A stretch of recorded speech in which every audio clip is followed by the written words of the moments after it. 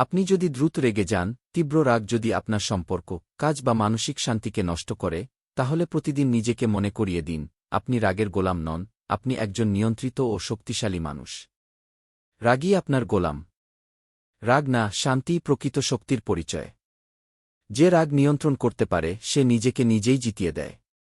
প্রতিটি রাগের প্রতিক্রিয়া না দিলে আপনি জয়ী হবেন নিশ্চিত। নীরবতা অনেক সময় সবচেয়ে বড় প্রতিশোধ। রাগ সাময়িক, কিন্তু তার পরিণতি দীর্ঘস্থায়ী। রাগ যখন আসে তখনই জবাব নয়, বিরতি নিন।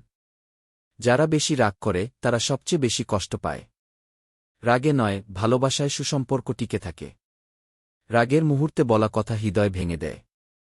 মস্তিষ্ক ঠান্ডা রাখলে পরিস্থিতিও ঠান্ডা হয়ে যায়। রাগ চাপা না দিয়ে বুঝতে চেষ্টা করুন রাগ কোথা থেকে আসে। রাগ প্রকাশ মানেই নিজের ভেতরের অশান্তিকে প্রকাশ করা। আপনি রাগ নিয়ন্ত্রণ না করলে রাগ আপনাকেই নিয়ন্ত্রণ করবে। ধৈর্যই রাগের সবচেয়ে বড় ওষুধ। গভীরভাবে নিঃশ্বাস নিন, রাগ চলে যাবে। সমস্যার থেকে বড় হয়ে ওঠেন, রাগ নয়, বুদ্ধি ব্যবহার করুন। নিজের সম্মান রক্ষা করতে হলে রাগ নয়, নিয়ন্ত্রণ শিখুন।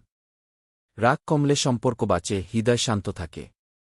রাগে নয়, রুচিতে কথা বলুন। প্রতিটি রাগ প্রশমনের পেছনে থাকে এক মহান মানুষ। রাগ মানুষের খুব স্বাভাবিক একটি অনুভূতি। কিন্তু তাকে নিজের উপর চড়তে দিলে সে আমাদের ধ্বংস করতে পারে। তাই নিয়ন্ত্রণই শ্রেষ্ঠ বুদ্ধিমত্তা।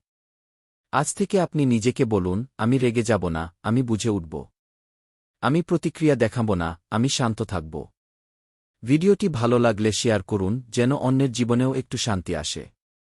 এমন আরও মোটিভেশনাল ভিডিওর জন্য আমার চ্যানেল সমাধান কি সাবস্ক্রাইব করুন। ধন্যবাদ।